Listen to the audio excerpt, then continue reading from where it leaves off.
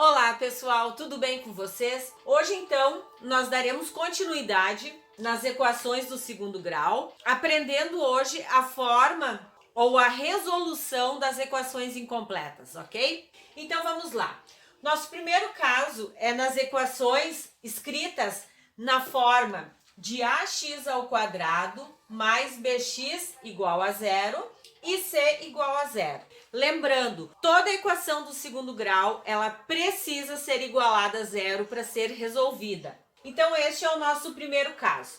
Vocês já têm aí no caderno de vocês como eu faço para resolver esse tipo de equação escrito desta forma aqui, tá? Então, assim, ó, a partir de agora, a gente vai aprender a encontrar o meu x uma linha e o meu x duas linhas. Ou eu ainda poderia escrever x1 e x2. Mas por que dois valores para x? Porque o meu expoente aqui, ó, ele é o quadrado. Ele determina que eu encontre dois valores possíveis para x para dar a igualdade. Por isso que a partir de agora, eu sempre vou encontrar dois valores para x, ok? Então vamos para o exemplo. Lá na parte teórica que eu passei para vocês, está escrito que para resolver este tipo de equação aqui, escrito nesta forma, aonde o meu c é igual a zero, sempre eu tenho que observar o que eu tenho de comum nos meus números. Por quê? Porque eu tenho dois números aqui e colocar este fator comum em evidência. Quem é comum nestes dois números? O x, logo eu coloco ele em evidência. E o que eu vou fazer agora? Como eu faço essa divisão? Porque eu vou fazer o caminho inverso. Quando eu tenho parênteses, eu multiplico para eliminar o parênteses.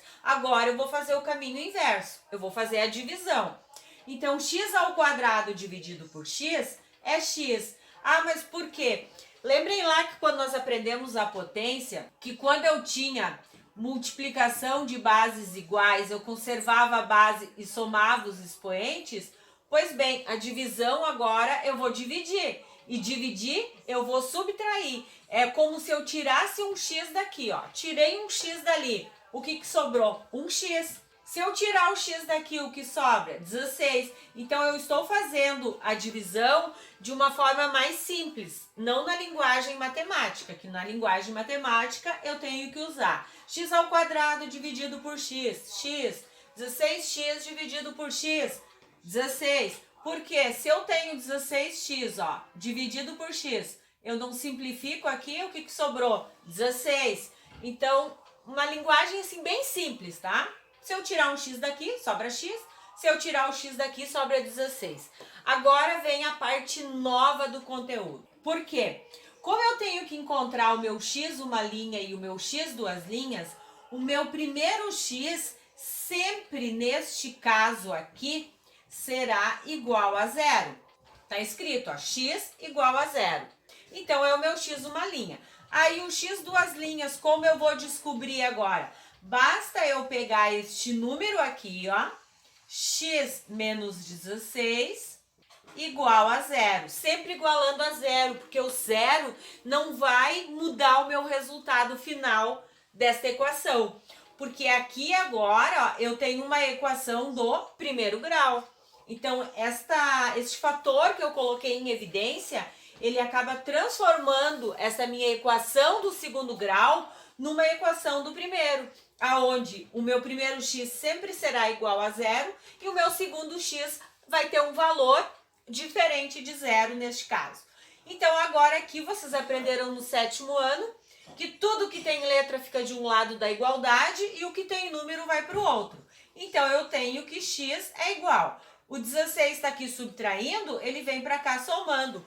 Pronto, terminei minha conta. Quem é o meu x duas linhas? 16. Logo, eu tenho o meu conjunto solução, tá? Quem é o meu conjunto solução? 0 e 16. Esta é a minha resposta. Ah, mas como assim? O que eu faço com esses valores? Vamos fazer a prova real para vocês perceberem o porquê esses dois valores são o resultado da minha equação. Porque em qualquer equação vocês podem fazer a prova real para saber se vocês fizeram certo a conta. Então, vamos pegar. Se eu tenho x ao quadrado menos 16x, tem que dar zero. Isto daqui, ó, tem que ser igual a zero. Qual é o valor do meu x numa linha? Zero. Zero ao quadrado menos 16 vezes zero. Quanto que é zero ao quadrado? Zero. 16 vezes zero? Zero. Zero menos zero? Nem dá, ó. Deu a igualdade. Ah, e com 16, será que vai dar? Vamos lá então, ó. 16 ao quadrado menos 16 vezes 16. Porque aqui é o x duas linhas, ó. 16 ao quadrado é quanto? 256. 16 vezes 16, 256, igual a zero. Se eu tenho R$256 e gasto, eu fico com zero. Não deu a igualdade? Deu. Porque esses dois risquinhos aqui, ó, eles têm um significado muito maior do que dois risquinhos um em cima do outro. Significa igualdade. Tá escrito aqui que isto daqui, ó, é igual a zero. Quando eu fizer a prova real, tem que dar a igualdade. Se não der a igualdade, a conta está errada.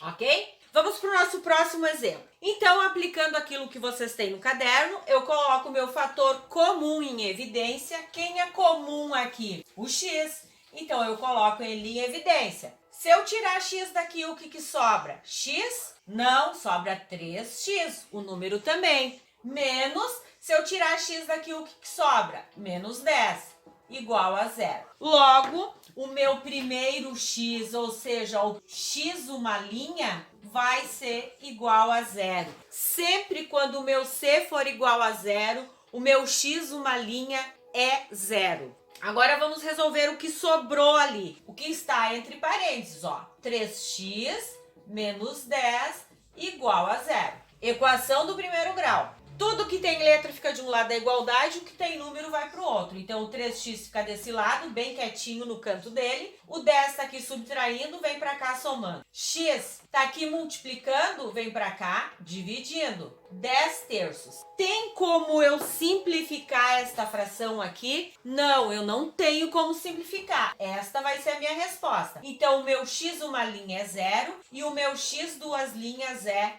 10 terços. Logo, o meu conjunto solução dessa equação aqui é 0 e 10 terços. Esta é a minha resposta, certo? Vamos para o outro caso agora.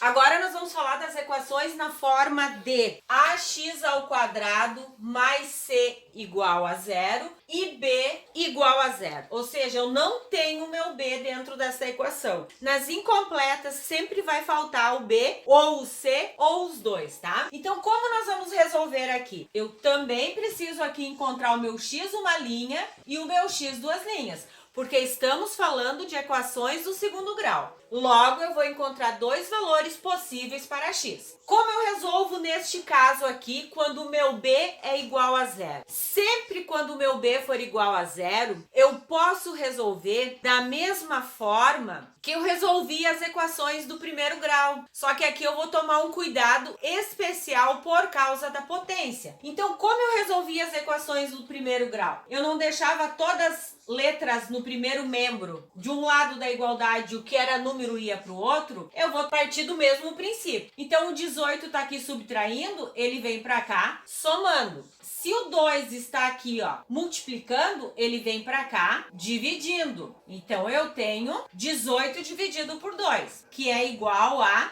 9. Agora vem o segredo desta parte do conteúdo. No caso anterior, eu colocava o fator comum em evidência. Neste, eu vou trabalhar parecido com as equações do primeiro grau. No entanto, agora eu tenho uma potência aqui. Qual é a operação inversa da potência? Não é a raiz? Então, se está aqui como potência, vem para cá como radical. Então, eu tenho aqui agora que o meu x é igual à raiz quadrada de 9. Qual é a raiz quadrada de 9? 3. Mas lembrem que eu tenho aqui que encontrar dois valores para x. E toda vez, a partir de agora, quando eu tiver equações incompletas, quando eu tirar a raiz quadrada deste número, eu sempre vou colocar aqui na frente um mais e um menos. Mas por que isso? Se eu botar aqui, ó, 3 ao quadrado é quanto? Não é 9? Menos 3 ao quadrado também não é 9? Então eu tenho dois valores possíveis para o meu x. Um 3 negativo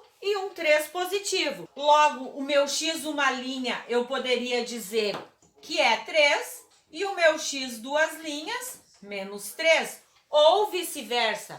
Conjunto solução, eu posso colocar 3 e menos 3, ou menos 3 e 3, ou ainda eu posso colocar mais ou menos 3. Então, das duas formas, eu posso dar como resposta na minha conta, ok? Então, assim, ó, neste caso, podem colocar no caderno de vocês. Quando o meu b é igual a 0, eu sempre vou tirar a raiz quadrada e o meu resultado final vai ser um número só, porém com dois sinais. Vai ser um positivo e um negativo. Sempre quando o meu b for igual a 0, a minha resposta vai ser mais ou menos algum número. E quando o meu c for igual a 0, sempre um vai ser igual a 0 e o meu outro x a qualquer outro número. Sempre um vai ser 0. Eu vou colocar o meu fator comum em evidência e o meu x duas linhas vai ser qualquer número. Quando o meu b for igual a 0, eu sempre vou tirar a raiz quadrada e eu vou ter sempre um número com um sinal de positivo e um sinal de negativo. Resumindo, seria isso. Vamos para o nosso exemplo B. Partindo do princípio que toda vez que o meu b é igual a 0, eu deixo tudo que tem letra de um lado da igualdade e o que tem número vai para o outro. Tá aqui, ó, subtraindo, vem para cá, somando. Está aqui multiplicando, vem para cá, dividindo. X ao quadrado, 14 sobre 7, 2. Está aqui como potência, vem para cá como raiz.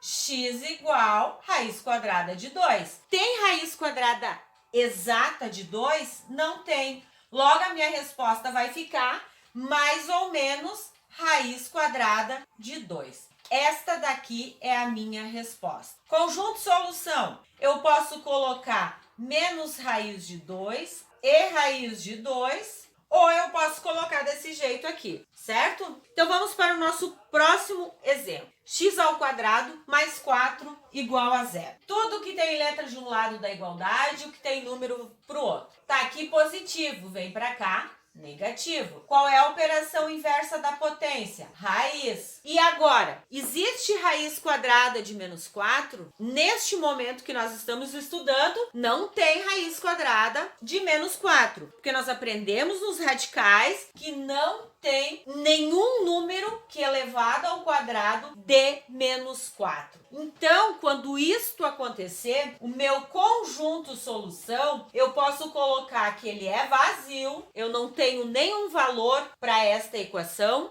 não vai dar igualdade, ou eu ainda posso colocar só as chaves como solução, ou ainda eu posso escrever que não se define raiz nos reais, ok?